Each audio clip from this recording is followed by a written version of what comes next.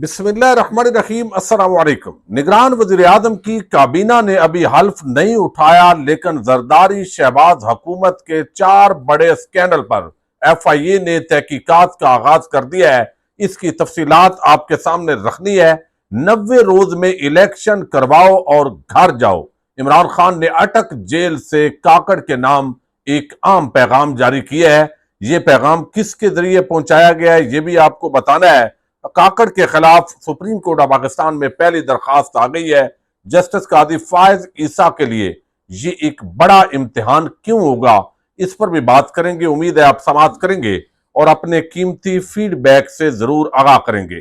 फैसलाबाद की तहसील जड़ावाला में जो आज एक बड़ा बदकिस्मत वाकया रूनुमा हुआ, जिसमें पुलिस और इंतजामिया की इंतहाई नाअहली सामने आई और एक जत्था जिसने अकलियतों की आम बरादरी क्रिश्चियन कम्युनिटी को रौंद डाला, जला डाला, जो इंतहाई काबिल मुजम्मत है। अगर किसी ने जुर्म किया था तो उनके खिलाफ कानून के मुताबिक कार्रवाई होनी चाहिए थी, लेकिन जिस तरह पुलिस ने इसके अंदर किरदार अदा किया और फिर एक एसी जो क्रिश्चियन कम्युनिटी से ताल्लुक रखता है तो उसको वहां ओहदे से हटाना, ये क्या पैगाम देता है, ये भी एक बड़ा अजीब सवालात है। लेकिन अब जड़ावाला के अंदर अगले 7 दिन के लिए दफा 144 नाफज कर दी गई है। रेंजर्स और पुलिस की भारी नफरी इलाके के अंदर मौजूद है। काश ये वक्त पर सारे फैसले हो जाते। जब तहरीक इंसाफ के खिलाफ क्रैक डाउन होता है उस वक्त तो सब एक्टिव होते हैं। अब ये लोग सवाल उठा रहे हैं और अब जब जरूरत थी और हकीकी मानों के अंदर जो पाकिस्तान का जो शनाख्त है उसको मसक किया गया, उस वक्त ये सारे इदारे कहां थे, तो ये सवालात बहरहाल उठ रहे हैं। दूसरी तरफ जो है वो अनवारुल हक काकड़ की काबीना और जो नाम अभी सामने आए हैं, यकीनी तौर पर जब हम अगली वीडियो करेंगे तो उम्मीद है मजीद नाम आ चुके होंगे। अब यहां पर जो है ये लंबे अरसे की हुकूमत लगती है, ये 6 महीने का भी सेटअप नहीं है, बल्कि ऐसे महसूस होता है कि ये 2 साल का कम अज कम सेटअप होगा, जो एक बहाने और जवाब जो है वो जरूर घड़ेगा। लेकिन अब जो है सुप्रीम कोर्ट ऑफ पाकिस्तान के अंदर एक दरखास्त जमा करवाई गई है। इस दरखास्त के अंदर जो है जो भी कहा गया है, ये अगले जो चीफ जस्टिस है कादी फायज ईसा, उनका ये बड़ा एक इम्तिहान बनने जा रही है। ये दरखास्त, उसकी वजह क्या है? वजह यह है कि 90 दिनों के अंदर जो इलेक्शन है वो इस वक्त ताकतवर हल्के भी अफोर्ड नहीं कर सकते, नून लीग पीपल्स पार्टी भी ये अफोर्ड नहीं कर सकते। उसकी बुनियादी वजह यह है कि इमरान खान से जो लोगों की अकीदत है और जो लोगों ने इमरान खान को जिद बना लिया है, तो वो एस्टैब्लिशमेंट और PDM प्लस टोले के लिए इंतहाई मुश्किल सूरत हाल है। आज भी अगर इमरान खान जेल में मौजूद हो, फ्री एंड फेयर इलेक्शन हो, तो वो 2/3 अक्सरियत ले सकते हैं, क्योंकि एक मजलूमियत का भी वोट होता है। फिर जिस तरह जुल्म सितम के पहाड़ तोड़े गए, जिस तरह 9 मई के वाकयात की आड़ के अंदर जो खेल हमारी पुलिस खेलती रही और इदारे खेलते रहे, ये भी अवाम के अंदर एक बड़ा गुस्सा है। कोई इजहार खुलकर करे ना करे, लेकिन वोट के जरिए वो इजहार बहरहाल जरूर करेगा। अब यहां पर जो है ये सुप्रीम कोर्ट बार एसोसिएशन ने एक दरखास्त जो है वो सुप्रीम कोर्ट ऑफ पाकिस्तान में डाल दी है। चूंकि लग ऐसे रहा है कि ये लंबा सेटअप है, तो आइन के मुताबिक पहले पंजाब और खैबर पख्तूनख्वा में इलेक्शन नहीं होने दिए गए, तो अब जो है अब भी इरादा नहीं है, नई हल्काबंदियों के नाम पर यह सारा खेल खेला जा रहा है और ये बुना गया है आसिफ जरदारी, नवाज शरीफ और PDM प्लस टोला जो पूरा है उसकी सादबाज के साथ। अब एक भी कह रहा है हमसे गलती हुई, दूसरा भी कह रहा है गलत हुआ, और अख्तर मेंगल ने तो नवाज शरीफ को बाज़ाब्ता एक खत लिख दिया था। अब यहां पर जो है सुप्रीम कोर्ट बार एसोसिएशन के सदर है आबद जुबैरी, उन्होंने कहा है इस दरखास्त के अंदर कि आइन के आर्टिकल 184(3) की दरखास्त में आम इंतखाबात 90 रोज में कराने और नई हल्काबंदियों के तहत इंतखाबात कराने का मुश्तरका मफादात काउंसिल का फैसला, ये भी हम चैलेंज कर रहे हैं। अदालती उज़्मा में दायर दरखास्त में मौक़िफ़ अख्तियार किया गया कि नई मरदमशुमारी के तहत इंतखाबात का फैसला कलअदम करार दिया जाए। इलेक्शन कमीशन को फौरी तौर पर इंतखाबात की तारीख के ऐलान का हुक्म दिया जाए। सुप्रीम कोर्ट में दायर दरखास्त के अंदर मजीद इस्तराह की गई है कि मुश्तरका मफादात काउंसिल के फैसले की रोशनी में जारी नोटिफिकेशन गैर कानूनी करार दिया जाए। मुश्तरका मफादात काउंसिल के इजलास में खैबर पख्तूनख्वा और पंजाब के निगरान वज़राए आला शरीक थे। इस तरह मुश्तरका मफादात काउंसिल की तश्कील आईनी नहीं थी।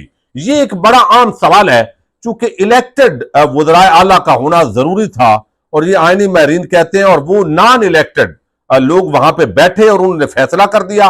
और ये बाकायदा तौर पर इलेक्शन कमीशन ऑफ पाकिस्तान और पिछली हुकूमत की मिली भगत थी। चूंकि जब इमरान खान को इख्तदार से अलहदा किया गया, मामला सुप्रीम कोर्ट ऑफ पाकिस्तान के अंदर जेर समात था, उस वक्त भी सिकंदर सुल्तान राजा ने कहा था कि इलेक्शन हम नहीं करवा सकते क्योंकि नई मरदमशुमारी करवानी है, फिर हमने हल्का बंदियां करनी है, 6-7 महीने चाहिए होंगे। तो 16 महीने के बाद भी आज भी इलेक्शन कमीशन ऑफ पाकिस्तान का जवाब वही है कि हमने हल्का बंदियां करनी है, नई मरदमशुमारी करनी है। तो ये सारा एक खेल है और इसके अंदर आगे आईनी पेचीदगियां होंगी और उसकी रोशनी के अंदर मजीद ये इलेक्शन डिले होंगे। अब इसके अंदर जो है वो कहा गया है कि मुश्तरका मफादात काउंसिल का कोरम ही पूरा नहीं हुआ। जब काउंसिल की तश्कील और कोरम पूरा नहीं हो तो इसके फैसलों पर अमल दरामद कैसे मुमकिन है। फिर इसके अंदर कहा गया है कि मुश्तरका मफादात काउंसिल नई मरदमशुमारी के तहत इंतखाबात कराने के लिए मुतलका फोरम नहीं बनता था। आइन का आर्टिकल 224 की शिक 2 इलेक्शन कमीशन को इंतखाबात 90 दिनों के अंदर कराने का पाबंद करता है।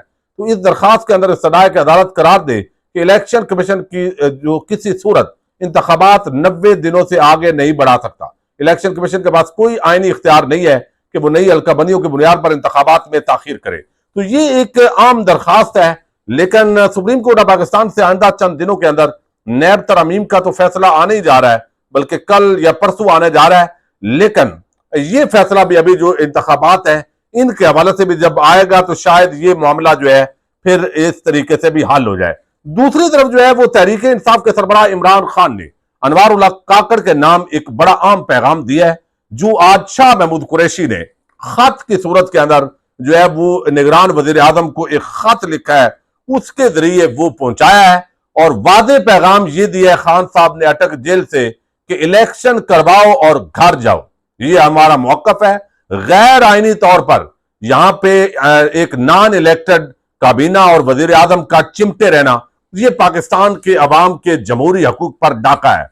अब ये जो खत है इसके अंदर बहुत सारी तफसीलात हैं, लेकिन 2-3 पॉइंट्स बड़े आम हैं, जिसके अंदर एक तो शाह महमूद कुरैशी ने उनसे नेक ख्वाहिशात का इजहार किया है, मुबारकबाद दी है और फिर कहा है कि दस्तूर साज असम्बली की कबल अज वक्त तहलील की सूरत में 90 रोज में इंतखाबात के इनकाद का हुक्म देता है। हमारा पुरजोर मुतालबा है कि आप इंतखाबात के बर वक्त इनकाद को यकीनी बनाएं। तो ये पैगाम दिया गया है जो बेसिकली इमरान खान का पैगाम है, जो शाह महमूद कुरैशी ने वाइस चेयरमैन की हैसियत से पहुंचाया है। फिर उन्होंने कहा, लिखा है इस खत के अंदर कि मुश्तरका मफादात काउंसिल की जानब से मरदमशुमारी के नताइज की ताखीर से मंजूरी के बाद नई हल्काबंदियों के मामले को इंतखाबात में इल्तवा का बहाना हरगिज नहीं बनाया जा सकता। वही बात जो सुप्रीम कोर्ट बार एसोसिएशन ने अपनी दरखास्त के अंदर लिखी है और कहा गया कि मुश्तरका मफादात काउंसिल के फैसले को अदालत में चैलेंज करने का इरादा रखते हैं।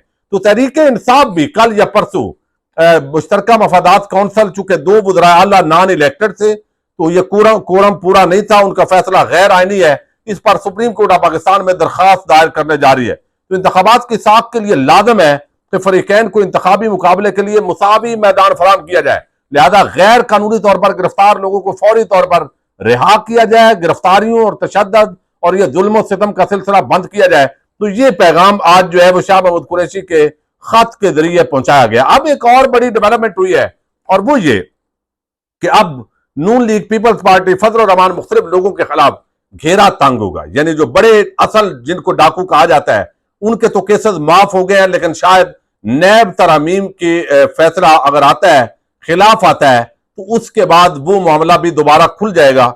लेकिन उसकी अपील फिर इतने में कादी फायद ईसा चीफ जस्टिस होंगे तो वो कैसे तहफ़्फ़ुज़ उनको फराहम करेंगे वो वक्त बताएगा। और ये भी हो सकता है कि कादी फायद ईसा जब मनसब पर फायद हूं तो वो ब्रेक थ्रू भी दे सकते हैं, यानी इनके खिलाफ भी जा सकते हैं, लेकिन जरदारी और शरीफ माफिया की मुखालफत एहसानात के बाद उनके लिए मुश्किल होगी।